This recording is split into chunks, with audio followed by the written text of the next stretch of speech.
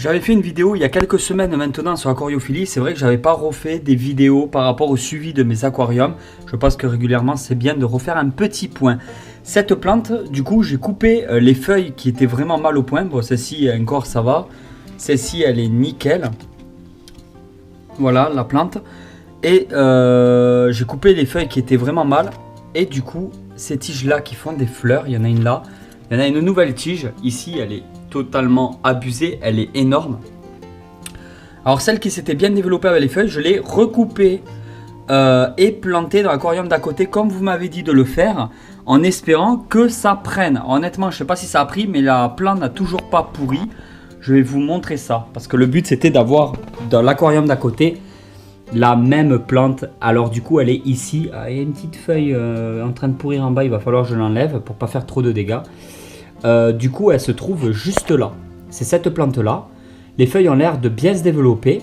Alors s'il faut, vous aviez raison, et s'il faut je vais réussir à ravoir la même plante dans l'aquarium d'à côté, ce qui serait vraiment totalement énorme. Je serais trop content que ça marche vraiment.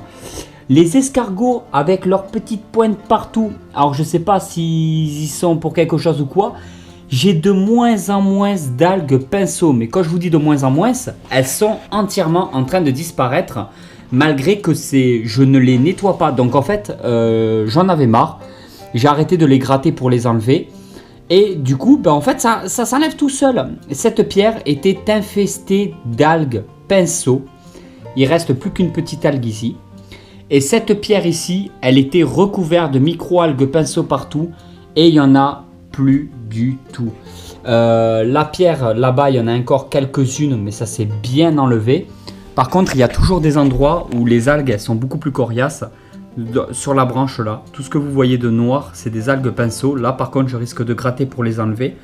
Mais alors, est-ce que c'est parce que l'eau, peut-être il y a des meilleures conditions dans l'eau, j'ai quand même beaucoup moins de poissons.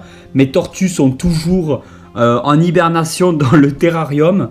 De temps en temps, elles reviennent dans l'eau. Elles y restent genre 10 minutes, une demi-heure.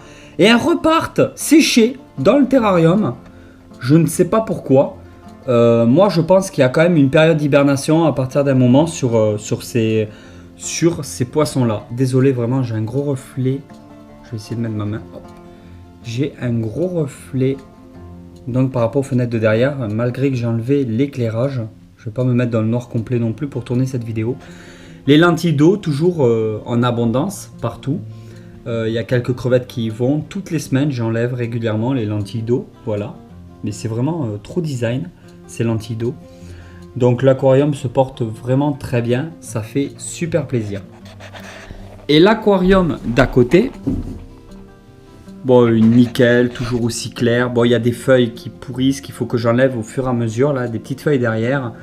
La crevette est toujours vivante, je sais pas où elle est. Enfin la crevette, l'écrevisse, elle est au fond là-bas, juste entre les deux pierres. Je pense qu'elle a atteint sa taille adulte. Je vais essayer de vous faire des séquences de filmer ça et de les rajouter à cette vidéo. Je vais me débrouiller au montage, vous verrez bien si j'ai réussi à le faire ou pas. Beaucoup de lentilles d'eau toujours en hauteur, des petits poissons un peu partout, des petits bébés poissons qui sont nés en captivité ici. Ça fait très longtemps que je n'ai pas racheté de poissons. Et cet aquarium n'a jamais eu d'algues pinceau, parce que je rappelle que c'est pas un seul aquarium tout ça. C'est deux aquariums qui ont été, donc ces deux aquariums bien séparés. Hein. Celui-là et celui-là ne sont pas du tout les mêmes aquariums. Donc ici, au niveau des algues pinceau, j'en ai jamais eu. J'en ai toujours eu que dans l'aquarium d'à côté. Il y a un petit guppy déformé, c'est celui-là. Voilà, vous m'avez fait la remarque plusieurs fois, je l'avais déjà vu, oui. Comme quoi ce guppy était déformé, une malformation qui est sûrement due à de la consanguinité, vous m'avez dit. Pourtant c'est un guppy adulte en fait que j'ai. Et après j'ai pas eu le problème, mais je pense qu'au fur et à mesure, vous avez raison, il faudrait sûrement que j'ai de nouveaux reproducteurs et que j'échange ceux-là. Voilà, parce que ça peut créer des malformations. Donc je pense que c'est vraiment dû à un problème de génétique. Voilà, c'est le seul que j'ai comme ça, mais ça fait un peu chier. Bon, après, il se déplace bien, il mange bien, c'est pas le problème. Mais je pense que c'est sûrement dû à ça, en fait. La consanguinité, peut-être. Le fait d'avoir toujours des petits qui se reproduisent avec des adultes, des choses comme ça. Celui-là qui est né ici chez moi, il est tout simplement, pas celui-là, il est où? C'est celui-là qui est magnifique. Super beau.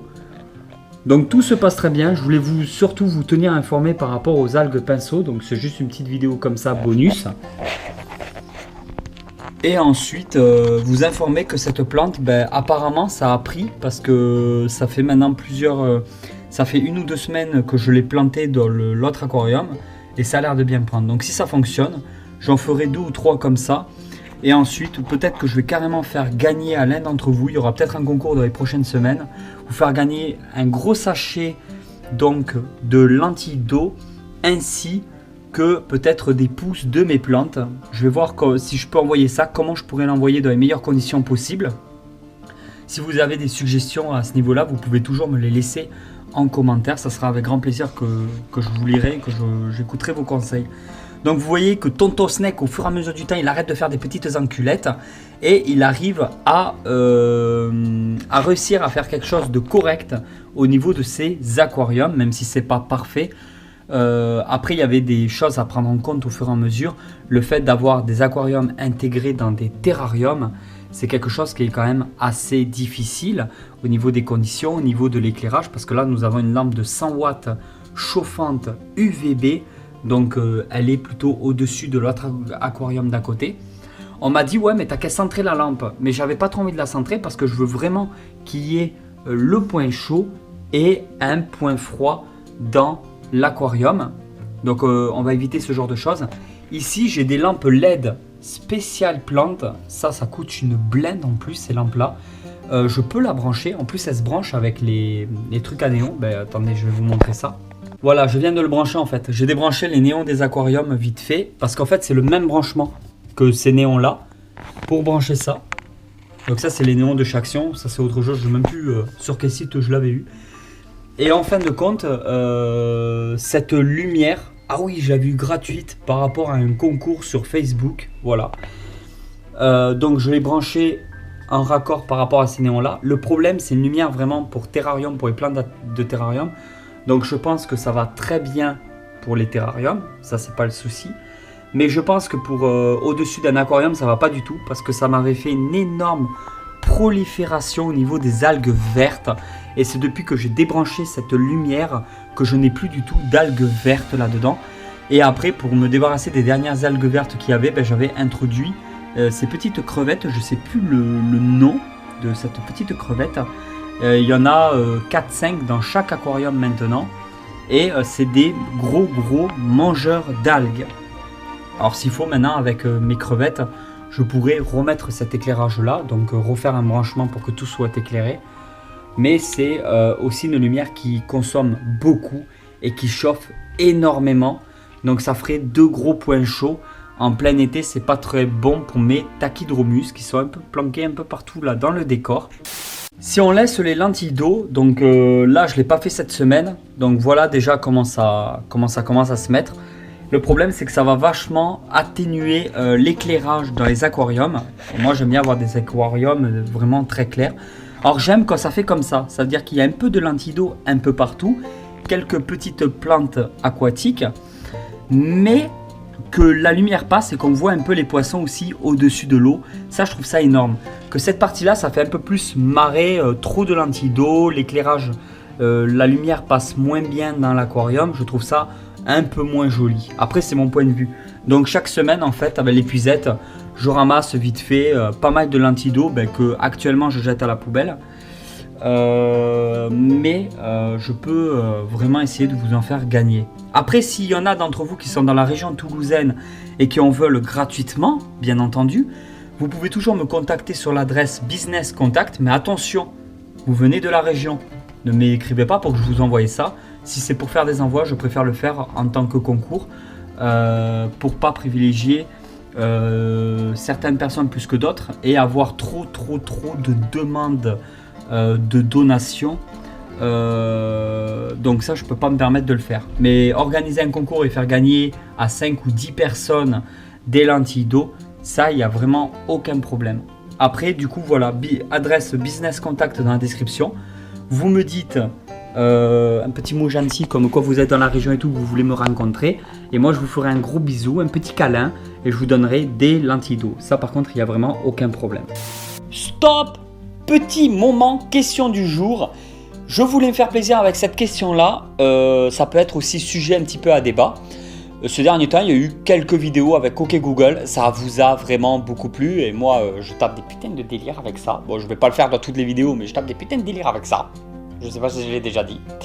En fait, j'aimerais savoir... Moi, je ne comprends pas.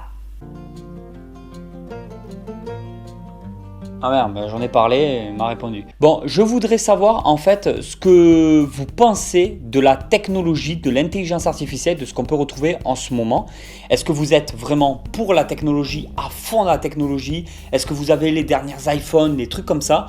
Ou est-ce que vous êtes plutôt du genre je vis avec mon temps pépère, je vais pas trop plus loin, je vais pas chercher plus loin, j'ai mon téléphone portable, mon ordinateur et ça me suffit?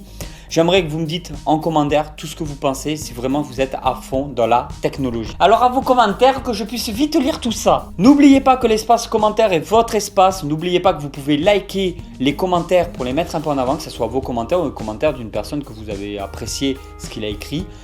Plus il y a de likes sur un commentaire, plus il est mis en avant, plus il y aura d'autres likes et plus il y aura des personnes qui vont répondre à ce commentaire-là. Donc c'est à vous aussi de diriger tout ça, de faire ce que vous voulez avec ça. L'espace commentaire est à vous.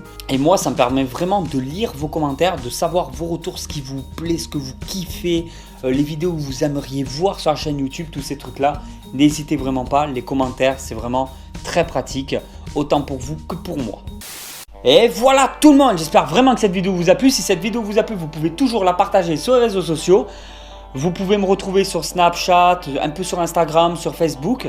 Et je vous dis à très vite pour une nouvelle aventure. Merci pour le soutien, gros bisous. Allez tout le monde, ciao, ciao!